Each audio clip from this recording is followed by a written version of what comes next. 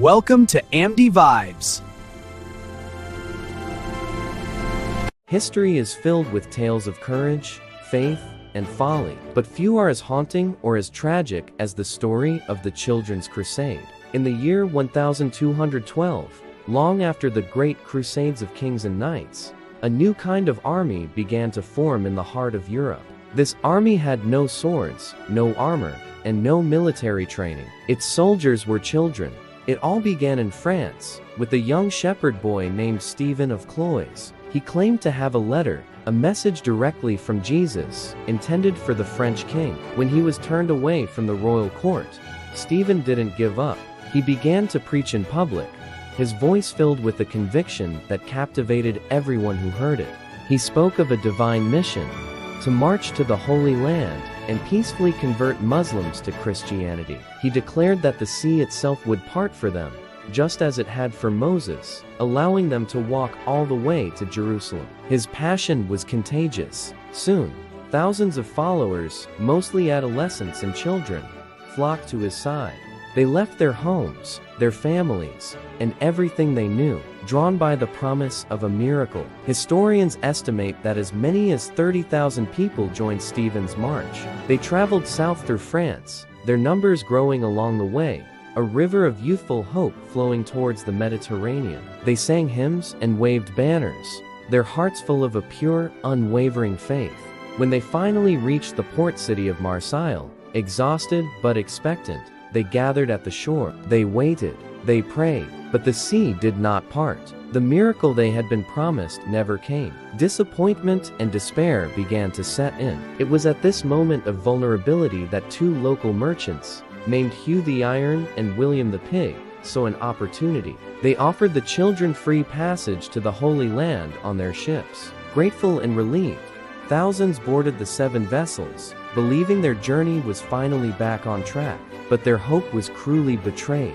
2 of the ships were wrecked in a storm off the coast of Sardinia, and all aboard were lost. The remaining 5 ships didn't sail to the Holy Land. Instead, they were diverted to the coasts of North Africa, to Bougie and Alexandria. There, the merchants did the unthinkable. They sold the children, the hopeful crusaders, into slavery. The very people they had set out to convert became their masters. Most would never see their homes again. Around the same time, a similar movement was stirring in Germany. A boy named Nicholas of Cologne began preaching a nearly identical message. He too gathered a massive following, perhaps 20,000 strong, and led them on a grueling journey south.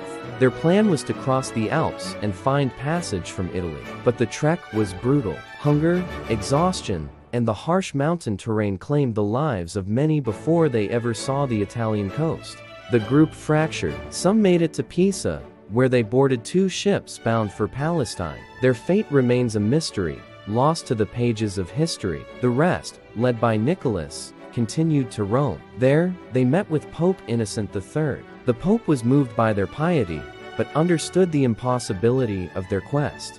He absolved them of their crusading vows and instructed them to return home. The journey back was just as perilous as the one that had brought them. Of the thousands who had set out with Nicholas, only a small fraction ever made it back to their villages in the Rhineland. Nicholas himself was never seen again. Some say he died in Italy, while others believe he eventually settled there, his dream of reaching the Holy Land unfulfilled. Modern historians often debate the details of the Children's Crusade. Some question whether it was truly an army of young children or more of a movement of the paupers, the landless poor, and wandering vagrants of the era. The lines between historical fact and later embellishment have become blurred over the centuries, but the core of the story remains a powerful and sobering account. It's a story about the immense power of belief and the profound dangers of blind faith. It reflects a time of deep religious fervor, where people were desperate for a sign, for a sense of purpose in a difficult world. The children, or the poor who followed Stephen and Nicholas, were searching for meaning, for a way to contribute to a cause they believed was greater than themselves. They were not knights or nobles, but they felt the same pull towards the holy city that had driven generations before them. Their tragedy lies not in their faith itself, but in how it was exploited.